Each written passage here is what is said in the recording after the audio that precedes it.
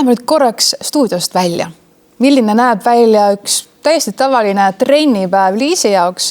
Seda käis vaatamas meie reporter Sigrid.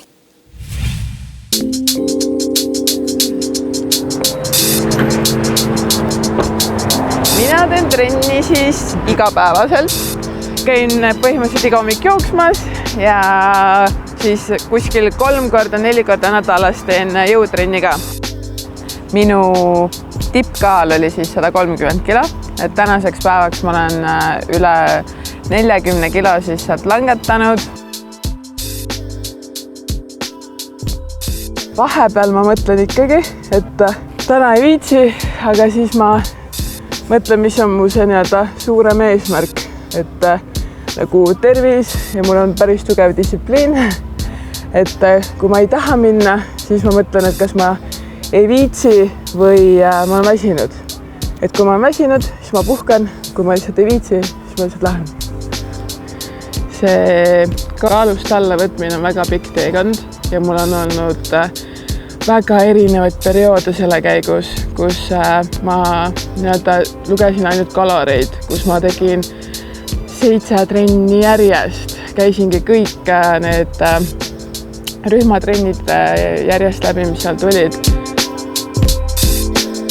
Ma ei saa öelda, et kui ma jõuan mingisse vormi, et siis ma olen õnnelik, sest kunagi ma arvasin, et kui ma saan poest riideid osta, siis ma olen õnnelik. Ja praegusel hetkel ma ju tahan ikka kogu aeg parem olla ja ma saan poest osta riideid. Ma tahan sealt edasi areneda ja ma tahan proovida erinevaid asju, erinevaid trenne. Ma pean oma ülakeha väga palju veel treenima. Et jalad on niisugused enam-vähem, et nemad on nagu tugevad, aga et ülakeha veel ei ole. Et pikk maa on ikka minna veel.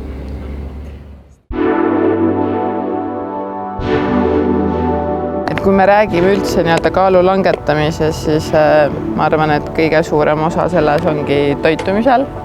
Et mina näiteks juba pikka aega mõtlen toidus kui oma kütusest ja mitte ainult kaloritest.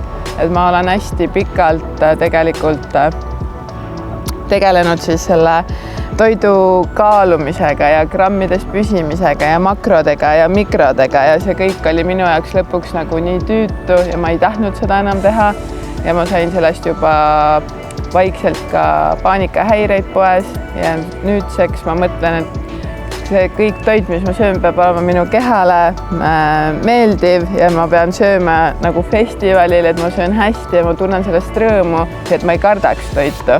Täna ma söön näiteks kalkuni šašlõkki koos türgiubadega, sest ma sain just endale selle kuumahu fritüüri ja nüüd ma söön kogu aeg igast asju, mis ma saan seal teha.